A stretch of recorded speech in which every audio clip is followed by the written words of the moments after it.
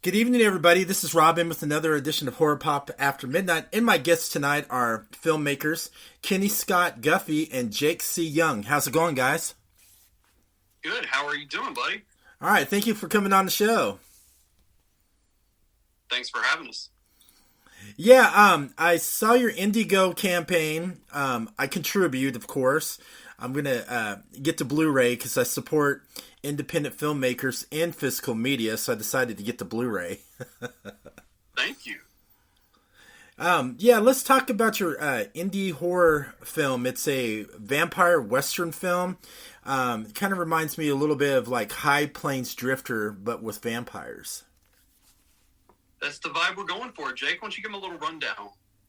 Oh yeah, so the film itself is basically what you just said. It's High Plains Drifter kind of meets the Lost Boys. It's about a brother and sister. They get broke down in a small town where everybody's a vampire, and so they gotta kind of consult after the well-known vampire hunter to try to get free and slay the vampires. So that's in a nutshell. That's kind of what it is. So in the film, you're playing the vampire hunter, Jake. Yeah, that's that's always a role I've wanted to play. Not necessarily vampire, but like the Western style type of deal. But definitely something I'm really looking forward to.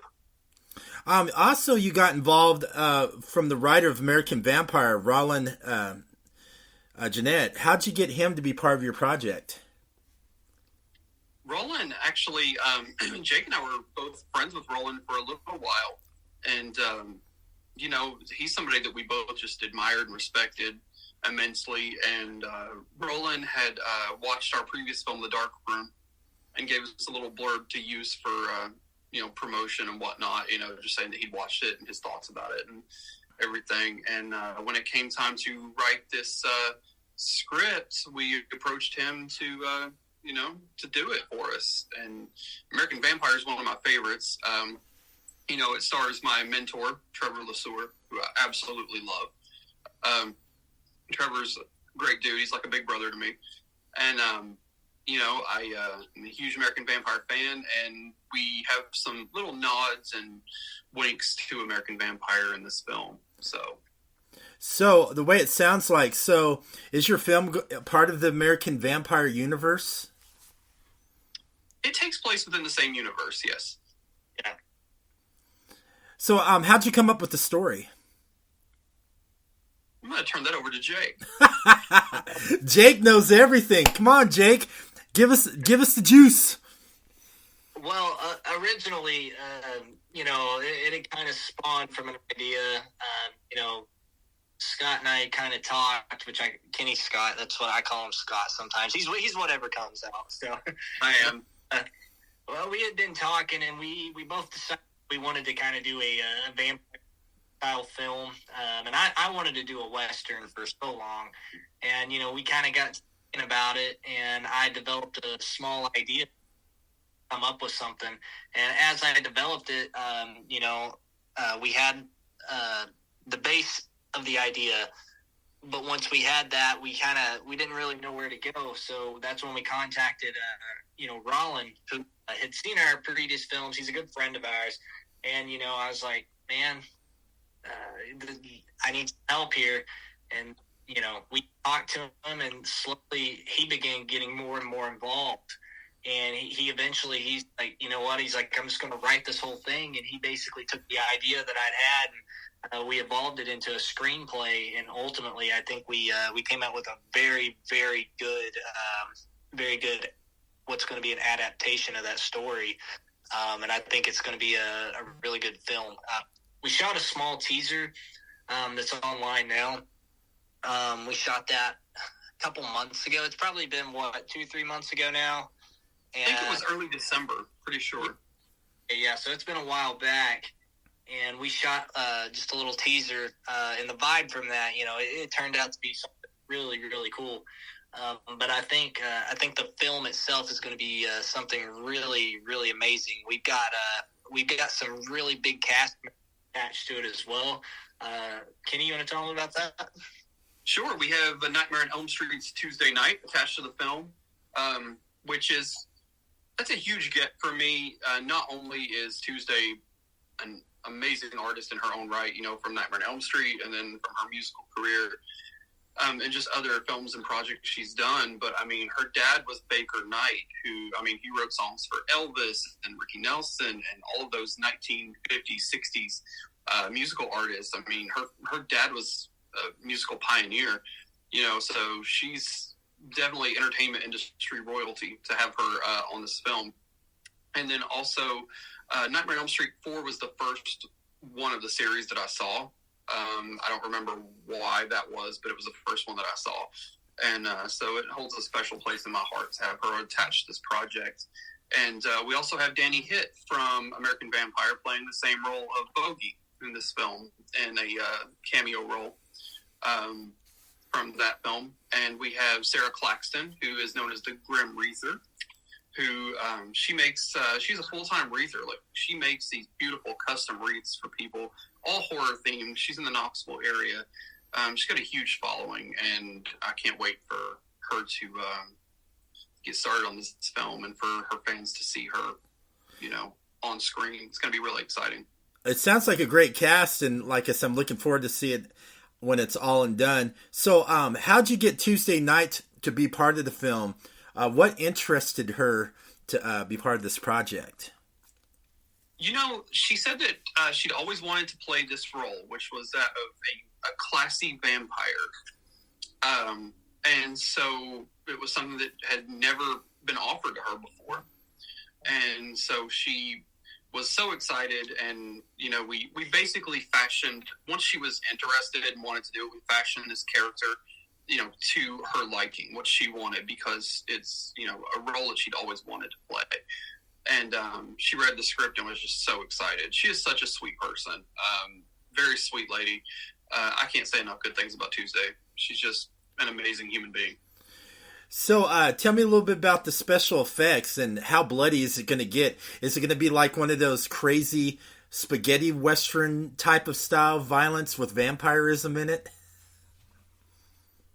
I feel like I keep talking. Jake, you want to throw that one out? Well, I'm not really sure how we would answer that. I mean, I definitely think we're going to have there's a lot of going to be a lot of blood involved. I mean, it's a vampire film, but I think it's going to have a little bit of the spaghetti western vibe to it. There's going to be a lot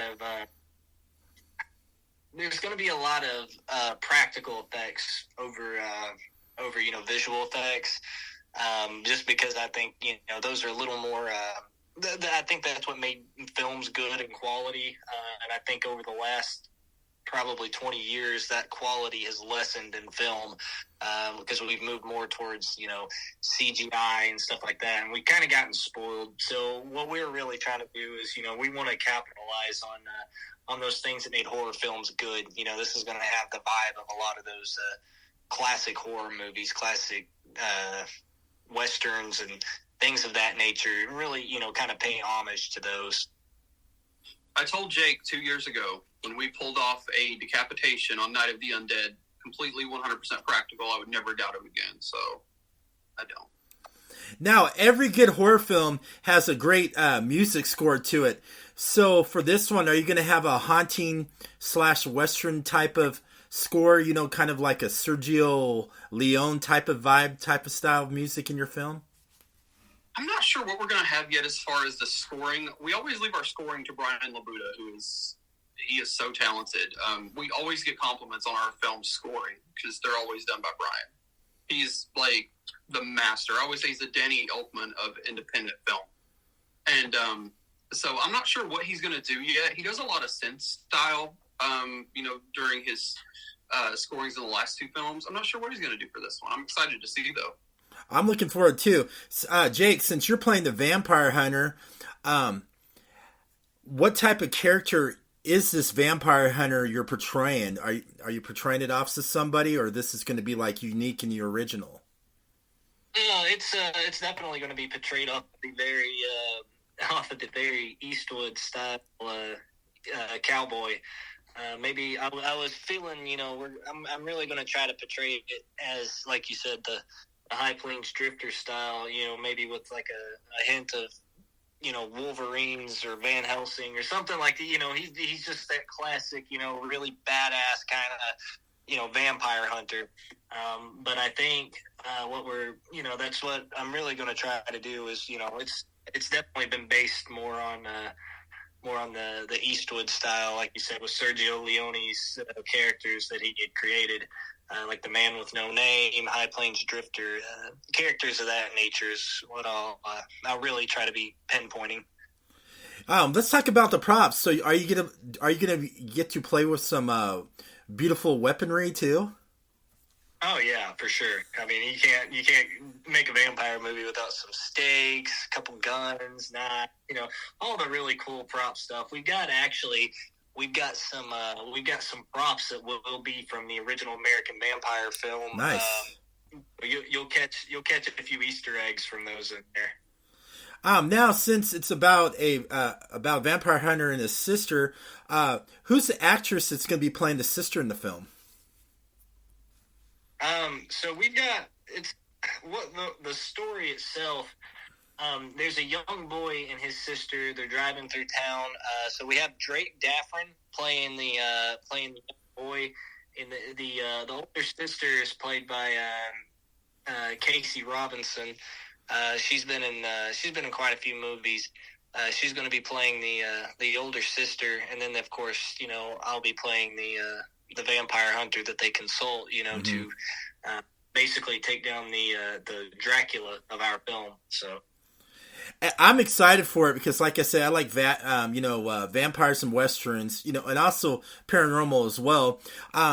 This film kind of reminds me of the comic book series I read from DC Vertigo, written by Stephen King and Scott Snyder, which is called American Vampire as well. It kind of gives me the American Vampire comic style from the comic series as well. Yeah, so we were going for something like that. Like, I was thinking, since you're a fellow fan, this has really been pinpointed to be sort of American Vampire meets The Gunslinger by Stephen King, So those are two of my favorites, especially that's one of my favorite stories by Stephen King is the Dark Tower series. But yeah, this will definitely be it'll be like American Vampire meets The Gunslinger. That's going to be pretty great. Like the American Vampire series, it's about a vampire gunslinger who travels through time. He goes everywhere, and it's like good and bloody too. And it kind of reminds me of your story, which is awesome. And like I said, I'm looking forward to it. And I also love it how you're saying you're going to go more to the practical effects. I'm a big practical effect guy too. I mean, you can do some great films using practical effects and CGI. I think practical effects go a long way.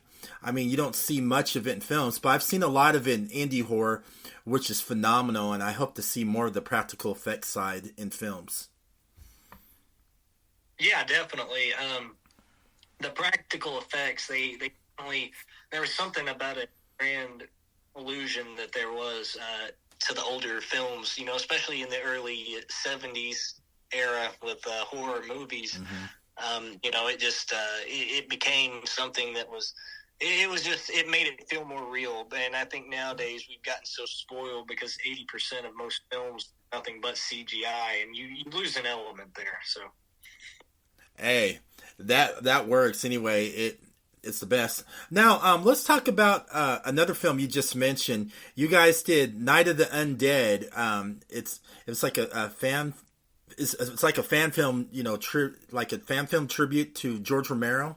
Can you tell me a little bit about that film? I never got a chance to check it out, and I definitely need to. Well, I want to say, Night of the Undead is not a fan film necessarily, because we definitely, that original film is in the public domain, so anybody could, make a version, sequel, remake of it.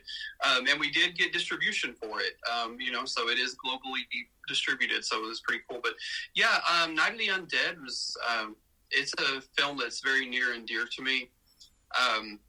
It's about a group of podcasters who are somewhat on the fence about the original 1968 incident that occurred, that has been since passed down into myth and become known as the Night of the Living Dead.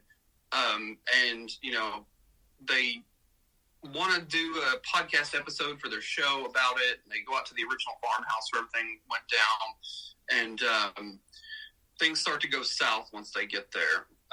But the film was very much inspired during the COVID pandemic. And it's a movie about mass hysteria and how one responds to being thrust into uncertain situations and scenarios.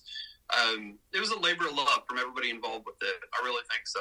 And it couldn't have happened if, because the idea came to me to do it. It couldn't have happened if I hadn't asked Jake if he wanted to make it with me. So. Oh, I'm gonna definitely check it out. It seems good. I like zombie type of films too. So, how'd you guys become friends and get together for your love of horror and filmmaking in the world of indie horror? I'm gonna, I guess, start with that one, then I'll pass it to Jake once I get to a certain point.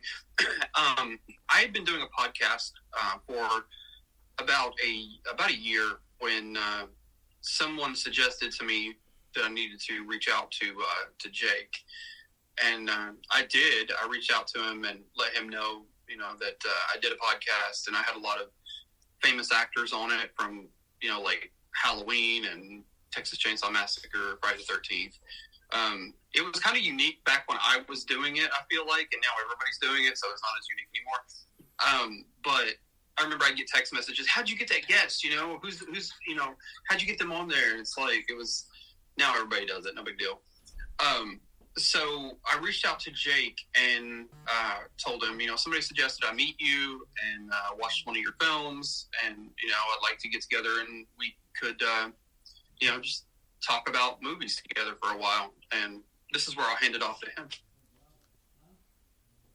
Well, there was this really weird guy had messaged me and was like, "Hey, man, I would love to talk to." Sorry, but I had to add that in there. No, Scott had reached out to me, like he said. We had actually, ironically, kind of lived in the same area, and we'd never really met. We'd been around each other quite a bit, but never actually got a chance to meet.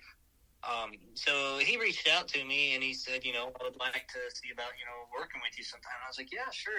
That would be, that'd be really cool. And, a couple months went on and he and I had, just casually conversed. And, one day he said, "Hey, I had a really good idea about a film." He said, "I don't know if you would be interested in doing, but would you want to, try and, help me, direct this movie?" And I thought, it would be a good challenge. So I accepted the offer to help him direct the movie. And as we began to do it, we slowly started developing a friendship. And by the time it was over, he and I, we became best friends. We're probably more than best friends. We're like brothers, and it just kind of, we formed a bond. And since then, we're always planning and coming up with new things. But it was purely a stroke of luck, and just happened to meet, and we made a good. Hey, that's a great story. Makes me want to cry. Seriously, it's really genuine what we have. We are like brothers, and I can't thank him enough for everything that all of these opportunities that we've had together. It's been amazing. Hey, that's a great that's a great origin story, and you guys end up having a great friendship. You guys are like wings of war or yin and yang, man. You it's like you can complete each other's sentences. It's like, here, you can explain this a little bit, and I'll bring it back. I like it, man. Sometimes we do that. We really are a lot of times on the same brainwave. Sometimes he'll start a sentence in a text message, and I'll finish it or something, and he'll always say, "Get out of my head." I love it. You also did another film too, Dark Room. What was that about? Dark Room is about a photographer who is developing photos and sees something sinister on the roll that he's developing. And we had the lovely Diane Franklin in that film from Bill and Ted's Excellent Adventure, Amityville 2, Last American Virgin. She was a pleasure to work with, and she was a lot of fun. But the film itself, we kind of did the whole grindhouse style with, we had the film we wanted it to look like that it was old and grainy, like 70s style. But at the same time that he's developing these photos, there's a serial killer in the town. And yeah, it's very psychological. Very, very, very good film, though. It's so far kind of flown under the radar a bit, but it's supposed to land on Tubi this week. So hopefully you'll get some more views on it. Oh, I'll definitely check it out and give it a review too. So I'm honest with my reviews if I like a film or not. Just forewarning you guys. It's a little bit of a slow burn as far as what we're used to. But the film itself, it's more analog psychological horror, more like a passive horror film instead of, just constant blood and guts. Not to say that there's, not stuff like that in, but it's a film that really it's a mind trip. It's one of those you really pay attention to details and things sort of come out. So it's I think it's a good film for people who enjoy actual watching film. It's it kind of alludes to that, and it also alludes to the fact of it's sort of a form of a dying breed, and we hit on that in the film. Where the gentleman, he's a photographer, and he still has an old red room where he develops stuff in his dark room, and that's kind of a thing of the past more, and we allude to that in the film. So it's a real honor to kind of be able to work with something like that. Now, let's go back to Daylight to Dark. Have you, since you guys did a little teaser, have you guys started filming and production on that yet? Not until April. We're going to start rolling cameras in April and plan on shooting until early summer. So it's going to be really fun, though. Looking forward to it. It sounds like it. So are you guys filming it like in Kentucky, or are you filming it like in different areas? We are filming in Kentucky. We're doing some shots at the CreepyCon horror convention itself in August, which is in Tennessee. It's in Knoxville. And but primarily, yes, the movie will be shot in Kentucky. All of our projects are shot in Kentucky usually. Hey, that's pretty cool. And you also guys have an Indiegogo campaign too. And what it looks like, you guys are doing pretty good, getting some of that money to, make that great film. Tell me a little bit about the Indiegogo campaign. I'll throw that one to Jake. Yeah. So the Indiegogo campaign is something that we wanted to more or less do. It was going to help us collect some funds to make an epic film, because it's going to take a little bit of funding. But the one thing that we really tried to do was we wanted to give back to the people who are helping us, giving us money to make the movie. We wanted to help give back to them, and we got some really, really cool perks in there. So you get really cool things. Like we got one where you can even be in the movie, play a vampire, die in the film.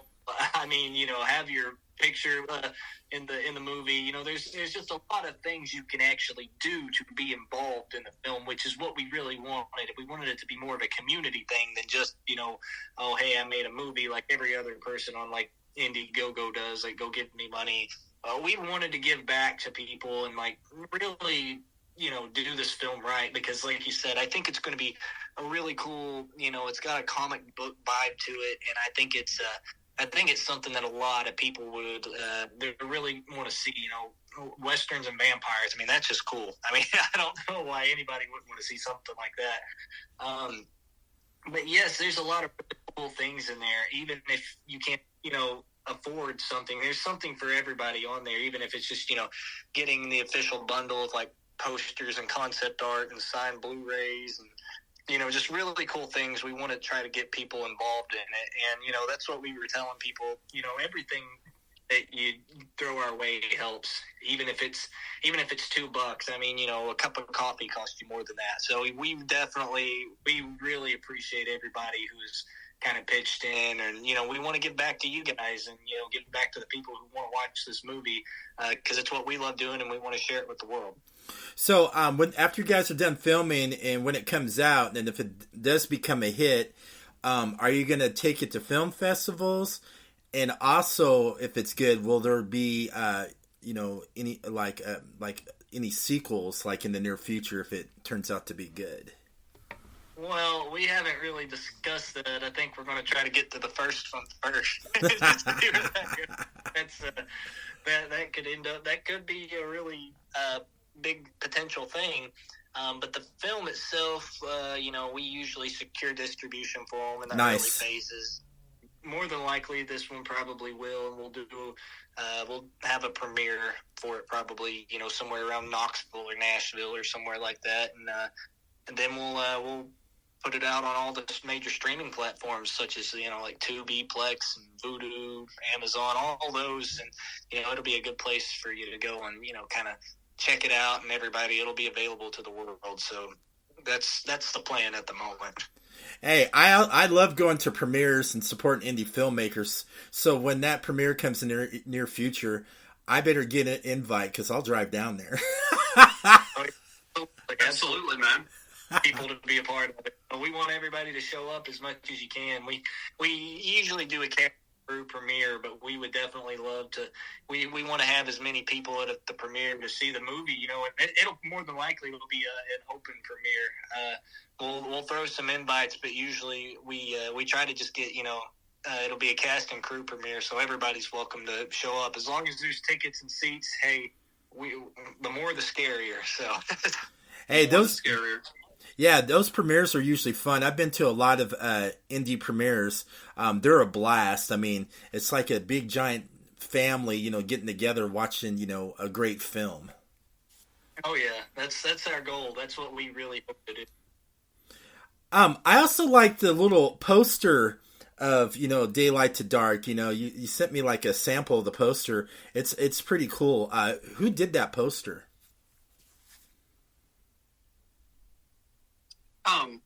Sorry, I was waiting for Jake to answer there. I apologize.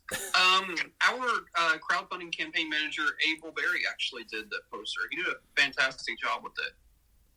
I'm very happy with the job that he did. It looks amazing. Yeah, that poster kind of gives it like a retro Western feel. It feels like one of those posters that you would see at a mom and pop video store or at a local independent, movie theater, seeing, a brilliant, retro type of poster. I like it.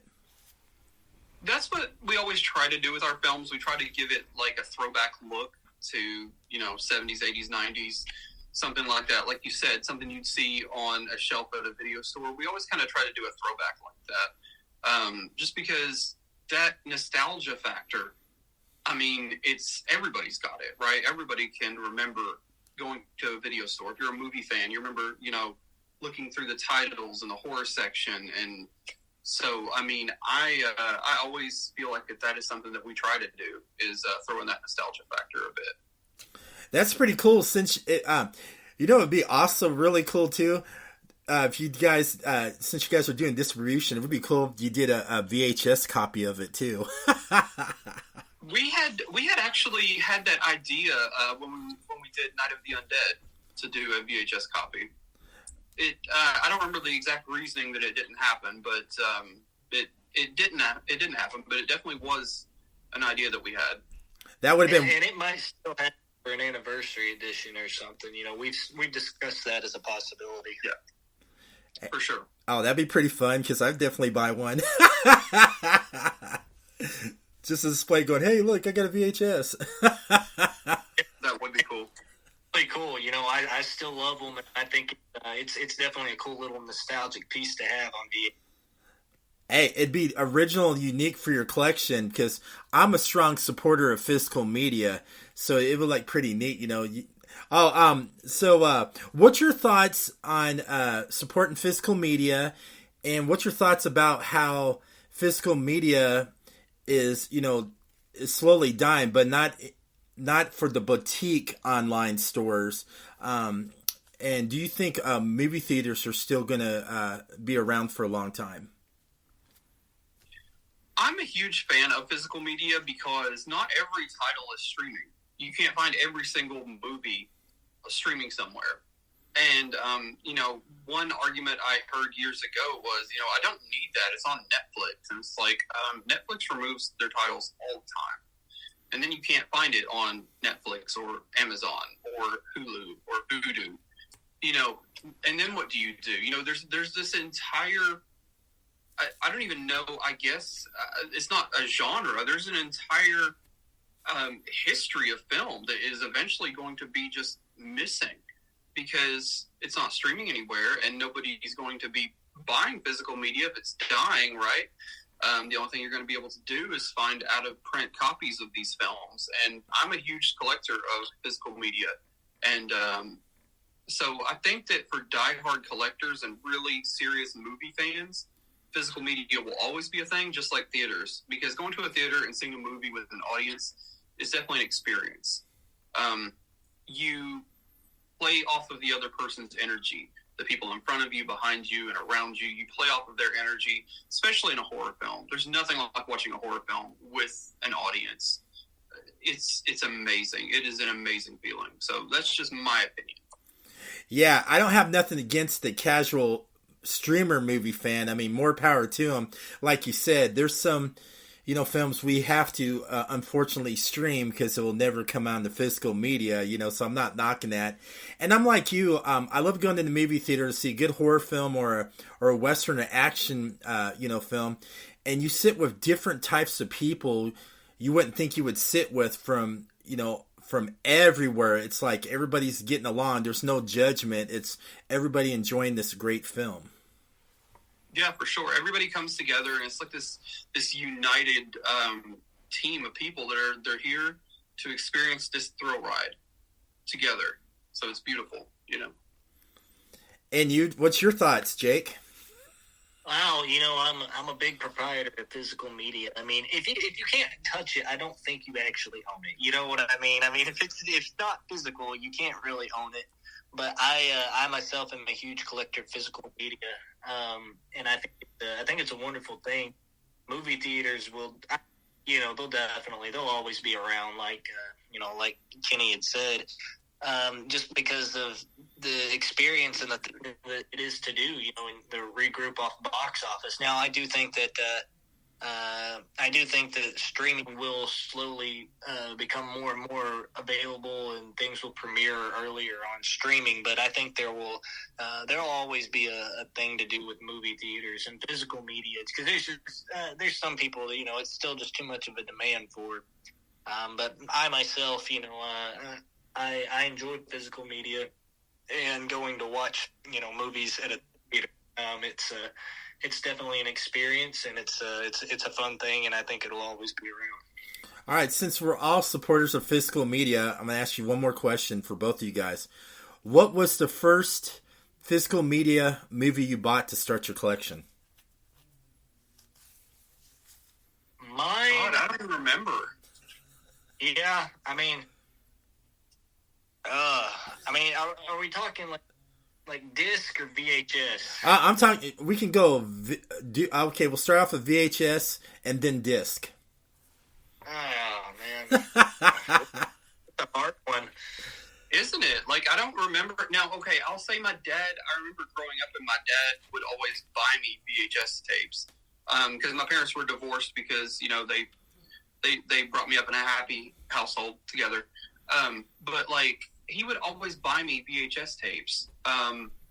On Fridays, I would go to his house for the weekend, and he'd have a new one for me. So I don't remember what the first VHS tape was, but I remember the very first DVD that I ever had was Scream 3. That was the very first DVD. Nice. And what about you, Jake? The first DVD I ever had was Rocky 2, I think. It was that was one of the first ones I remember it was this little grocery store, and they had it was when DVDs were making the transition in. Okay. And we were VHS, but I remember seeing that, and at the time we had one of these old TVs, and it had just come out, well, I say old, at the time it was new. It had a VHS and a DVD player, so I mean, I thought I hit the jackpot. So I got that, and I remember watching it over and over and over, just because that was, one of my favorite franchise. But I remember they had it. It was so random at why they had it. But, I picked it up and I grabbed it, and it was, it slowly began a newfound love, and then VHS sort of went out of style. So I've got a stack of VHS tapes somewhere, with just different movies. I remember when I was a kid, and if we had Blockbuster, but we lived so far away from it when I was a kid. Our local library had VHS tapes, so you could rent them there sometimes. But I must have had $30 probably in fees because I didn't rewind Jones in the Last Crusade every time I would take it back. You had to rewind it or you got charged a fee. So it was that was also a very big part of growing up with movies like that. I was a huge proprietor to filmmaking, and when I got older, the way that things kind of turned out. Hey, the good question. So you're one of those ones that ignored that sticker. Please be kind. Rewind. Well, they didn't have it at the library where I was at. They just told you. And when I did the Blockbuster, they always put that on the thing, so it was kind of a reminder. You'd be like, oh, yeah, I got to rewind. But at the library when I was a kid, they didn't have that. They didn't say nothing about rewinding. You just had to – they would tell you, and then when you go back in to get it, it'd be like, oh, there's a – $2 fee or something. So, all right. So, where can everybody find you guys on social media, and where can they go to your Indiegogo for Daylight to Dark so they can, participate and get these cool perks? I'm on all the social medias, but the only one that I primarily get any followers or anything is on Facebook, and you can look me up. I'm Kenny Scott Guffey. I promise I'm the only one on there. But for everything else, my handle is the Ken Scott 88, and it's Ken with 2 N's, so the Ken Scott 88. And I'll let Jake plug his before we go to the Indiegogo.